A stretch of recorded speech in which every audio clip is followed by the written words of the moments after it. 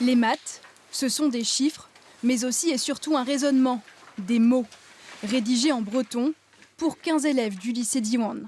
Ils ont décidé de passer cette épreuve du bac dans la langue dans laquelle ils étudient depuis le début de leur scolarité. Un acte militant qui pourrait bien leur coûter cher. Oui, je mets mes études en danger, mais ça en vaut la peine. C'est comme ça qu'on fera avancer les choses en faveur de la langue et de l'enseignement. Les copies ont été réparties entre les correcteurs en début de semaine. Et c'est là que le casse-tête commence. Comment corriger ces 15 élèves? Les consignes du rectorat sont sans appel. Tout ce qui est rédigé en langage dit mathématique peut être corrigé normalement. Toutes les parties rédactionnelles, écrites en breton, elles, ne doivent pas être prises en compte, que le correcteur maîtrise cette langue ou pas.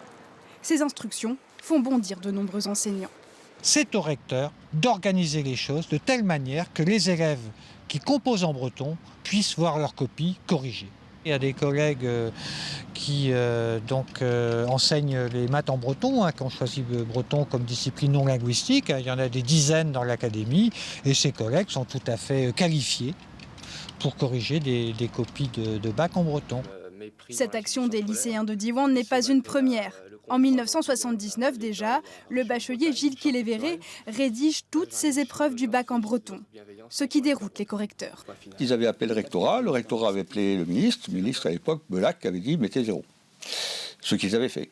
Donc j'avais 2 0 et pourtant j'ai eu mon bac puisque le jury avait considéré qu'avec 10 de moyenne, on pouvait l'avoir quand même avec 2 0. Gilles Kélévéré nous le dit aujourd'hui, le président du jury à l'époque parlait lui aussi breton, ce qui avait joué en sa faveur. Pas sûr que les 15 lycéens de Diwan bénéficient de la même chance cette année. Un 0 à une épreuve du bac est éliminatoire.